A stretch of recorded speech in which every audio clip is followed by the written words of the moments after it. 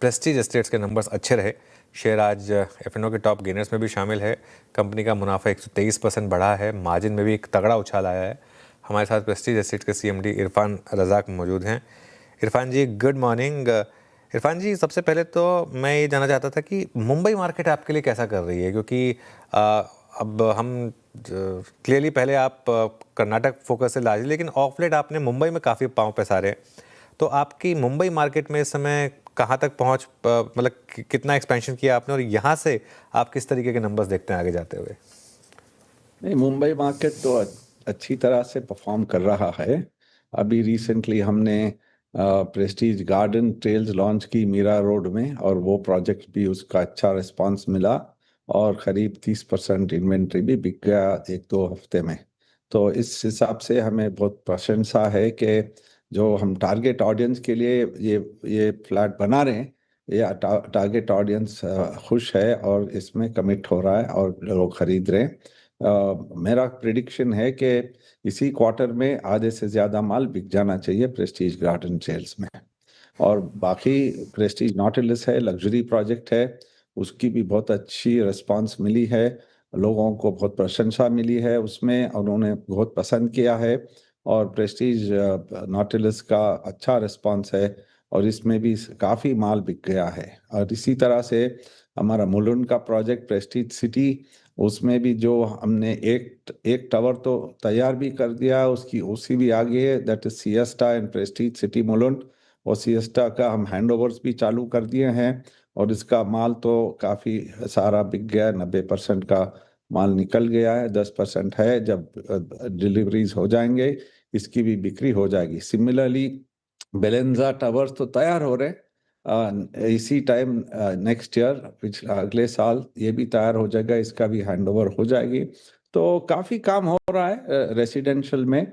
और हम नई मुंबई थाने रीजन्स में भी हम देख रहे हैं, कोई अच्छी ज़मीन मिली तो उसके लिए प्रोजेक्ट जो सेंस होता है कि भी ठीक से भाव हो, कस्टमर को भी ठीक से टिकट प्राइस में, अफोर्डेबल प्राइस में मिल जाए। तो हम कोशिश जारी है कि अच्छा सा काम करें और जल्द से जल्द डिलीवरी दें। इसी तरह से कमर्शियल में भी हमारा 2 बड़े प्रोजेक्ट चल रहे हैं, उसकी तो that we are making it for रीट रेडी। वो 2 कमर्शियल बिग प्रोजेक्ट्स हैं, बड़े प्रोजेक्ट्स हैं, जो एक तो द प्रेस्टीज इन महालक्ष्मी और बीकेसी में इट्स प्रेस्टीज 101। तो ये दोनों प्रोजेक्ट्स का काफ़ी तेज़ी से काम चल रहा है और इसका भी 2028 में बीकेसी तैयार हो जाएगा और 2029 में दी प्रेस्टीज महालक्ष्मी में भी तैयार हो जाएगा। बट प्री लीजिंग अच्छी है और बस काफ़ी बड़े कंपनीज इसकी इस जगह में प्री लीजिंग भी किए हैं, तो इसमें हमें कुछ एक कंफर्ट है। ओके। अच्छा इरफान साहब, आपका जो मार्जिन्स की ट्रजेक्टरी रही इस बार वो बहुत स्ट्रॉन्ग रही, ऑलमोस्ट मतलब जिस रेंज में इस बार आपने मार्जिन्स पोस्ट किए, द मार्जिन्स 37.7% की ट्रजेक्टरी में, ये सस्टेनेबल है और आगे के लिए रोड मैप क्या है सर मार्जिन्स का? नहीं, देखिए, ये जो मार्जिन्स आ रहे हैं बिकॉज जो हमने ज़मीन को कमिट की थी, इसके जो पिछले पुराने ज़मीन थे, तो इसमें मार्जिन्स भी अच्छी तरह से मिल गए हमें और इसका जो भाव था, टिकट प्राइस भी थोड़ा बढ़ गया है, तो थोड़ा फ़ायदा हो गया। बट ये क्या है, ये अकाउंटिंग सिस्टम, इंड एस का अकाउंट सिस्टम होता है। तो हमारा जो ओनली जो मार्जिन जो आपको जो फाइनेंशियल रिपोर्टिंग है, it's only on the completed method. जो माल बिक गया है, जो कंप्लीट होके जो डिलीवरी दिया है, वही तो हमारे बुक्स में आता है। तो हमारे सारा एक्सपेंस, सारा खर्च इज फ्रंट एंडेड और जो रेवेन्यू बैक एंडेड होता है, थोड़ा लॉपसाइडेड है। But in spite of that we are maintaining it well. अगरचे एक 4-5 साल पहले ये पीओसी मेथड चल रहा था हमारे पास, तो उसमें वेरी लंपीनेस नहीं आता। बट आई बिलीव मार्जिन्स ये 25% तक तो स्टेबल होंगे, उससे ऊपर कोई मिल गया तो अच्छी बात है। बट हमारा कभी कोशिश है कि अच्छे एफिशिएंसी से काम करें और ग्राहक को भी अच्छे भाव में हम दें। बिल्कुल। अच्छा, ये जो आपके रेवेन्यूज़ हैं वो ऑलरेडी फर्स्ट हाफ में पिछले साल से अब बेटर हो चुके हैं, तो अब आपके टारगेट्स क्या हैं फुल ईयर के लिए? अभी देखिए, 18,000 करोड़ का तो टॉप लाइन रेवेन्यू हो ही गया है इस साल। तो आगे जाके अभी 2 क्वार्टर बचे हैं। मैं नहीं कहूँगा कि 18 जाके डबल हो जाएगा, बट कोशिश जारी है, टीम्स काम कर रहे हैं और पाइपलाइन भी है और काफ़ी लॉन्चेस भी पाइपलाइन में हैं। और अगले 2 क्वार्टर में अगरचे हमारे अप्रूवल्स ठीक से आ जाएं और लॉन्चेस भी हो जाए तो ये इस साल तो टॉप लाइन भी अच्छा होगा। I don't want to hazard a guess. ऐसा नहीं कि मैं कुछ नंबर आपको दे दूं और उसको हम ना कर पाए।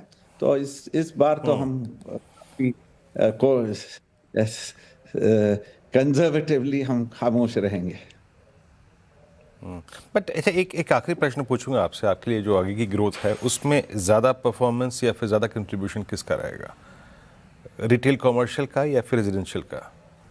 नहीं, देखिए अभी रिटेल कमर्शियल में तो हम प्रोडक्शन होगा, उसको उसकी जो लीज होगी और उसका फिर लीज रेंटल आएगा, एक कैपेक्स प्रोजेक्ट्स होंगे। हमारा टारगेट है कि कमर्शियल में ऑफिस में 2030 तक हमारा कंपनी का टॉप लाइन जो एग्जिट रेंटल 3,800 करोड़ होगा और रिटेल में top line rental should be around 1,200 crore. तो इसका जो एक साइड में काम चलता रहेगा, इसमें कैपेक्स है, इसमें खर्च होगा और इसमें कोई रिकवर भी नहीं होगी।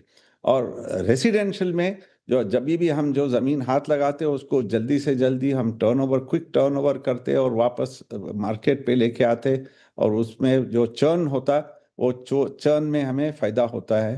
तो इट्स अ मिक्स बैग। ऐसा नहीं है कि कमर्शियल रेसिडेंशियल एक एक ज्यादा होगा, बट हमारा जो रेसिडेंशियल है ये तो I would call it as the bread and butter of the company. बिल्कुल, चलिए बहुत बहुत शुक्रिया इरफान जी आज हमारे साथ जुड़ने के लिए और ऑल द बेस्ट आपको अगले हाफ के लिए।